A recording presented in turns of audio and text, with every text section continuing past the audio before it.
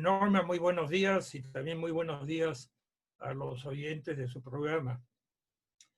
Bueno, en efecto, tenemos una preocupación muy grande por el desarrollo de esta pandemia, especialmente en lo que atañe al Perú.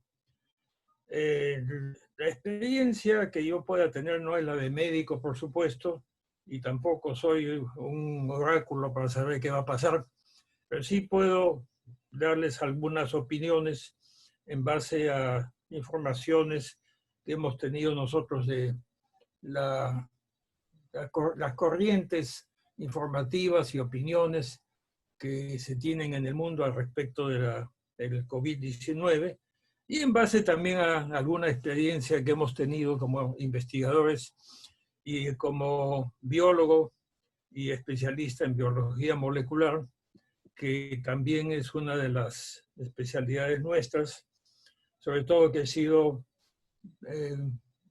fundador y presidente de la Asociación Peruana para el Desarrollo de la Biotecnología. Refiriéndome a los virus en particular, ellos son no organismos vivos en el sentido de los demás que conocemos, sino simplemente moléculas de ADN envueltas en un cascarón que las defiende y que están a la espera de la oportunidad para multiplicarse. Posiblemente el comienzo de la vida haya sido, según muchos investigadores y biólogos evolutivos, basado en una molécula de ARN. La molécula de ARN es la precursora del ADN. Es una molécula simple, mientras que la de ARN es doble, son dos enlazadas entre sí, y que en el transcurso de la evolución han formado al resto de los organismos, desde bacterias hasta nosotros. Los virus son mayormente de ARN, o sea, de una molécula simple, muy pequeña, de unos 20, 22 hasta 30 kilobases, con muy pocos genes, y tienen suficiente capacidad a través de enzimas y proteínas que ellos forman para poder invadir células de plantas, de animales e incluso de bacterias. Nosotros los agrónomos y los investigadores fitogenetistas tenemos experiencia con los virus que atacan a las plantas y a los animales domésticos. En plantas tenemos pandemias enormes que han liquidado a miles y miles de hectáreas de cultivos, tratándose de que las plantas son más vulnerables porque son todas las plantas de una especie, de una variedad determinada, son muy parecidas entre sí, de modo que cuando un virus ataca a una, ataca a todas las demás igualmente con la misma virulencia. Entre los virus tenemos dos grupos, los que llamamos exógenos y los endógenos. Los exógenos son como el que nos está atacando actualmente, el SARS-CoV-19 o los anteriores que hemos tenido en recientes ataques pandémicos, como el SARS, que es el CoV simple, el MERS, que es el que atacó en el Medio Oriente, y el que tenemos actualmente. Y también tenemos los virus de la influenza y muchos otros más que no son virus que nos atacan directamente como tales, sino que tienen un vector, generalmente un insecto, como la chikungunya, la fiebre amarilla, el Zika. Entonces ellos tienen ese vector. En las plantas también hay un vector, generalmente una cochinilla, un insecto masticador, chupador, que transmite el virus. Por ejemplo, el arroz. En el norte, nosotros tenemos en la zona de Jaén y en la selva, arroces que son atacados por el virus de la hoja blanca, que es transmitido por un insecto que se llama sogata.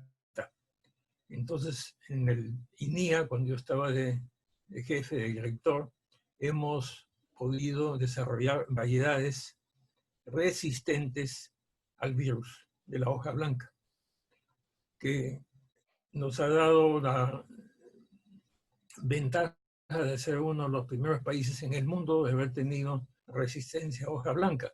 Tan es así que Cuba ha tenido como la mitad de su área de arroz sembrada con arroces peruanos resistentes a hoja blanca.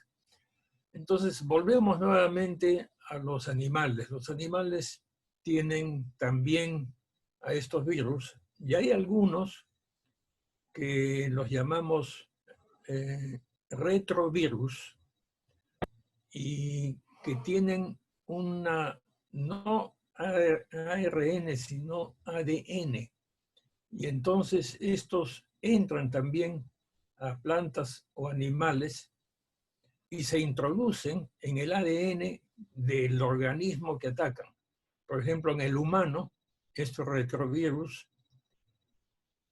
fabrican, se llama retro porque en vez de producirse ADN a partir de ARN, producen al revés, de ADN producen ARN, el cual a su vez se introduce mediante multiplicación de moléculas semejantes en el ADN genómico de nuestra especie.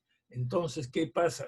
Tenemos una introducción de una parte de este virus en nuestro genoma y se queda grabado y permanente en el genoma. Calculamos actualmente que hay un 5 a 8% de nuestros genes que han sido producto de introducción de antiguos virus a través de los siglos y que están hoy día permanentemente en nuestro genoma. Y esto sigue sucediendo todo el tiempo. Este virus nuevo apareció en Wuhan, en China. No sabemos exactamente dónde en Wuhan, si es un instituto, como dicen algunos, o si es un mercado. Los chinos todavía no han facilitado esa información.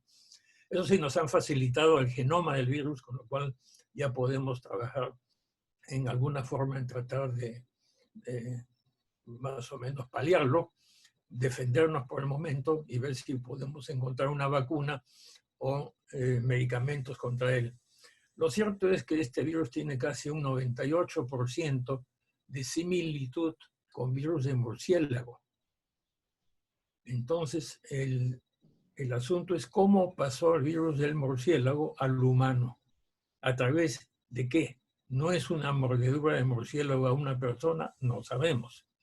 O si fue que el murciélago transmitió el virus a un animal intermedio, y como en China se consume carne de animales intermedios, una cantidad de especies, incluso silvestres, puede haber pasado al humano. Entonces, este virus, ya lo conocemos, ya se sabe cómo funciona, se le llama coronavirus, porque por ahí, por el año 1968, una investigadora escocesa con el apellido portugués Almeida fue la que descubrió los coronavirus y le dio ese nombre por la especie de que salen de una esferita en las cuales hay como una especie de patitas al final de los rayitos, con los cuales se adhiere a una célula humana y hace que su membrana se junte, se funda con la membrana de la célula humana y pueda penetrar e infectar. Una vez que está dentro, se apodera de la maquinaria de la producción de proteínas de nuestro genoma y el programa de ella hace que funcione como productora de su propio genoma. De ahí es que se multipliquen miles de estos pequeños que llamamos viriones, que luego salen y se multiplican en otras células. La salida se produce en la misma forma. La membrana forma una especie de chuponcito, por ahí sale cada uno de los viriones, y estos, en cantidades de miles, salen a infectar. Ahora, hay una cosa que tenemos que tener en cuenta.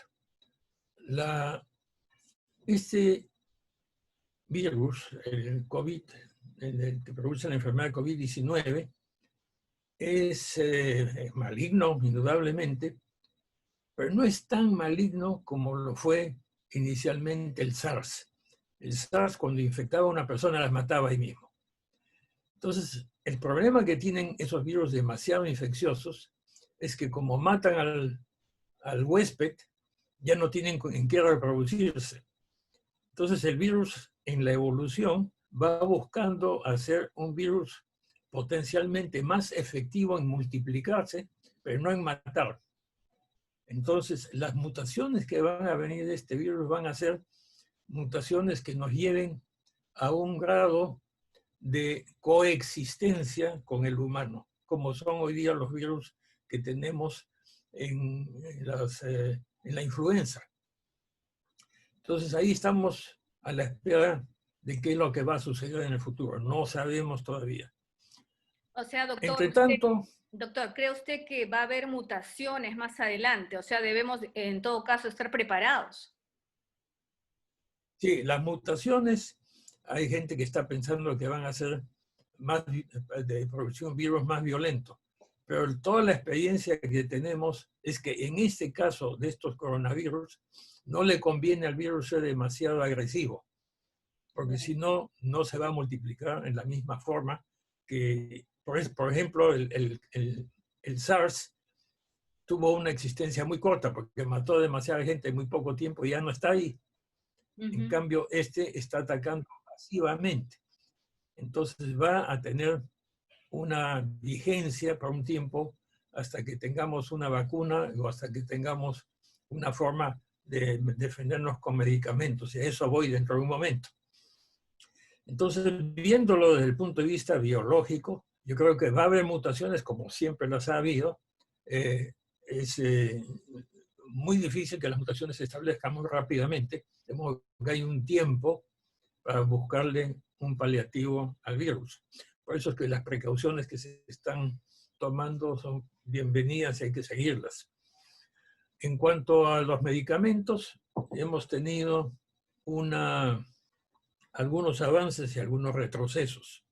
Hay una serie de medicamentos que han tenido una vigencia por algún tiempo, como del cual se habla bastante, que es la hidroxicloroquina. La hidroxicloroquina es el sucesor de la cloroquina, que se usa para malaria. Yo he sido un afectado por malaria de niño cuando vivía en Huacho, en toda esa zona de Pativilca, en Huaura y en el norte. En esa época, cuando yo era niño, había mucha malaria. Entonces me he tratado con plasmoquina. He tenido que vivir con la malaria un tiempo. Luego he estado trabajando en el campo en Colombia, una vez llevando cosechas de maíz, de ensayos de maíz, y me dio una enfermedad parecida a la malaria. Como no me podían curar en Colombia, fui a Panamá y me interné en el Instituto Memorial Gorgas de Enfermedades Tropicales. No me encontraron el plasmodio en la sangre, o sea, no era malaria lo que tenía, pero me dieron hidroxicloroquina. Y al tercer día yo ya estaba listo, estaba fuera del hospital. O sea que fue efectivo, lo que tenía era un virus. Entonces, ha habido una serie de investigaciones no muy precisas porque ha tenido que correrse con la velocidad que se pueda hacerlo para obtener información. Y la principal información que se tuvo inicialmente fue el Instituto de Investigaciones Microbiológicas en Marsella, en Francia, el profesor Gault, que con 60 personas les dio hidroxicloroquina y salieron bien. Todas las personas que fueron tratadas salieron con síntomas muy mejorados. Luego le hizo la investigación nuevamente con 1000 personas y el 90 y tantos % también salieron mejorados. Pero lo que ha pasado luego es que esto se ha politizado. Entonces aquí tenemos que tomar en cuenta algo que la prensa tiene que ver. Desde el momento en que se encontró que la hidroxicloroquina podía ser efectiva, el presidente de Francia fue a Marsella, estuvo viendo los resultados y pidió que se aplicara también ese tratamiento en Francia. Pero ¿qué sucedió? Que otros países también se dieron cuenta de lo que sucedía y no había hidroxicloroquina, que se ha estado usando 65 años y es de costo muy bajo. Se puede encontrar a precios bajísimos porque ya las patentes ya terminaron, entonces es un medicamento que se encuentra fácilmente y se ha estado utilizando en las enfermedades de lupus y en artritis. Y millones de personas la han estado tomando sin experimentar ningún problema. Tal es así que se le considera mucho menos dañino incluso que la aspirina en los tratamientos médicos. Pero ¿qué sucedió? Que algunos países comenzaron a tomar nota de esto y, por ejemplo, Israel solicitó a la India que le mande 5 toneladas de hidroxicloroquina, que se las mandaron por avión, y otros 22 países también la solicitaron. Entonces, ahí se produjo una reacción porque muchos países estaban tomando al toro por las astas. Estaban comenzando antes de buscar opinión de sus estamentos médicos. Entonces intervino la Organización Mundial de la Salud. Intervinieron los organismos médicos de Estados Unidos y otros países para decir cómo es que se está adelantando el trabajo sin que hayamos hecho los protocolos iniciales, como acostumbran estos organismos médicos, un tratamiento largo de información, experimentación y todo, pero no había tiempo. Entonces, ante esta situación, el presidente de Estados Unidos, Donald Trump, que está tomando una acción muy agresiva en Estados Unidos para ver cómo resuelve un problema gravísimo que tienen ellos, de muertes, ya pasaron de los 100.000, ¿no? Entonces, él dijo, bueno, vamos a traer hidroxicloroquina. ¿Quién es el mayor productor? La India, porque tiene mucha malaria ahí, ¿no? Entonces se han puesto de acuerdo, han traído y comenzado a experimentar. Pero al mismo tiempo, el presidente de Estados Unidos criticó a la Organización Mundial de la Salud, especialmente a su presidente, que es un etíope, que antes de ser presidente, no es médico, es microbiólogo, que antes de ser presidente de la Organización Mundial de la Salud, había sido un ministro en Etiopía, representando al partido marxista, comunista de allá. Entonces, él tiene mucha relación con la China, y ha estado en la China y ha tratado de defender a la China de las insinuaciones que ha hecho el presidente Trump de que la China es responsable de haber guardado información que nos ha impedido tomar acciones a tiempo, porque no se sabe si realmente comenzó el virus el 30 de diciembre o si comenzó mucho antes en noviembre y se tuvo eso callado. Y eso permitió que mucha gente que viajaba a China trajera el virus a Europa y a Estados Unidos y de ahí haya pasado a otras partes del mundo. Por ejemplo, la nuestra viene de Europa. Entonces, Trump lo criticó a la Organización Mundial de la Salud, especialmente a este señor Tedros, creo que se llama, no nombre, y veo hoy día que la Organización Mundial de la Salud está suspendiendo el uso de hidroxicloroquina, de ensayos de hidroxicloroquina, mientras hacen investigaciones. O sea, están parando eso. pero por otro lado otros países siguen avanzando. Luego han aparecido otros medicamentos, el remdesivir, el ritonavir, el epinovir y el interferón beta 1A. Ahora, todos estos son nuevos y vienen de laboratorios farmacéuticos. Van a tener patentes, van a tener que hacerse estudios de larga duración. Cuando en el otro tenemos un caso que ya sabemos que es eficiente, pero que tiene sus limitaciones. En el caso de hidroxiquinolina, puede usarse solamente en la etapa inicial. Cuando ya el paciente está muy avanzado, ya es muy tarde para aplicar el medicamento. Y ahí es donde ha fallado algunas intervenciones de ciertos estudios que no son estudios, sino simplemente levantamiento de datos y aplicación. Entonces ahí tenemos más o menos las circunstancias actuales antes de hablar de las vacunas. En este momento se está trabajando con vacunas. Creo que hay algo así como 60 grupos que están trabajando, incluso aquí en el Perú, de los cuales hay 12 que están avanzados. Y hay algunos que ya están en proceso muy avanzado de comenzar incluso a hacer los estudios con humanos.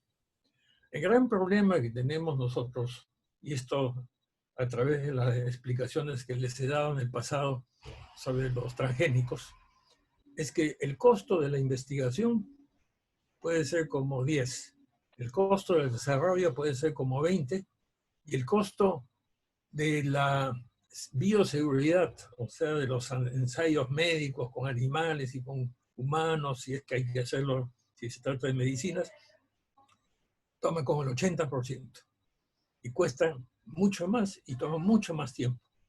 De modo que si tuviéramos que desarrollar una vacuna hoy día, no podría estar lista en menos de 16 meses. Y el costo sería muy alto. Y estos, una vez que hayan sido desarrollados estas vacunas, recién comenzaría la producción para millones de personas. Y lógicamente, como en el caso de Estados Unidos, que el gobierno está ayudando con fondos a las empresas que se han juntado, a las empresas farmacéuticas, para hacer el trabajo a la mayor velocidad posible. Cuando tengan la vacuna la van a usar en su país antes de darla al resto del mundo. O sea que va a tomar tiempo hasta que nos llegue a nosotros. Entonces ahí viene algo que es interesante y que ha hecho también políticamente que haya un choque entre políticos y médicos. Los médicos están siempre acostumbrados a protocolos. ¿Por qué? Porque si ellos se salen del protocolo, en muchos países, en Estados Unidos, por ejemplo, hay la posibilidad de litigación de la familia del que el médico le recomendó el medicamento fuera de protocolo. Entonces hay una denuncia y les va a costar miles de dólares al médico. Entonces los médicos son todos muy prudentes y se ciñen al protocolo y se han acostumbrado a eso. Pero en este caso, mientras desarrollamos protocolos, se nos va a morir miles de personas. Estamos en una situación realmente desesperada que necesitamos avanzar. Entonces lo que ha hecho Estados Unidos es algo inédito.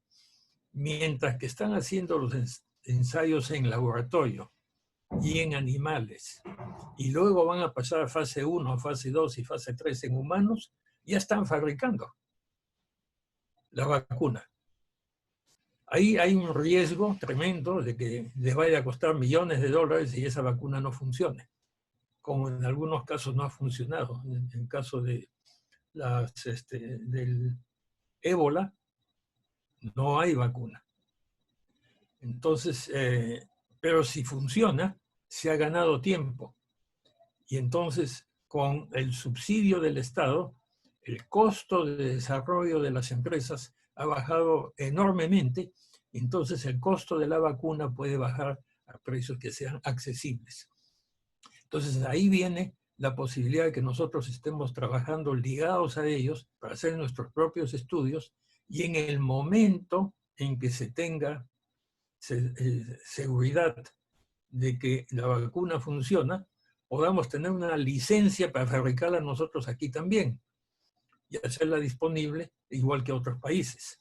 Y no solo una vacuna, sino una de las 12 distintas vacunas, porque algunas van a funcionar bien, otras menos, otras más. Entonces, ese es el panorama que estoy viendo desde el punto de vista de a dónde salimos con esto. Pero por otro lado, entre tanto, estoy de acuerdo con lo que ha hecho el gobierno en cuanto a todas las instrucciones que nos dan de aislamiento social, de la forma como se está trabajando el problema.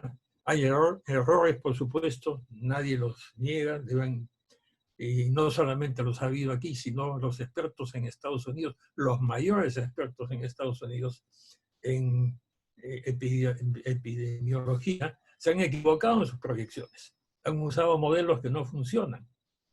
O sea, estamos aprendiendo todos. Es una situación nueva y tenemos que tener mucho cuidado de no aventurarnos y caer en los juegos de unos o de otros que mueven opiniones sin tener un conocimiento más profundo del asunto.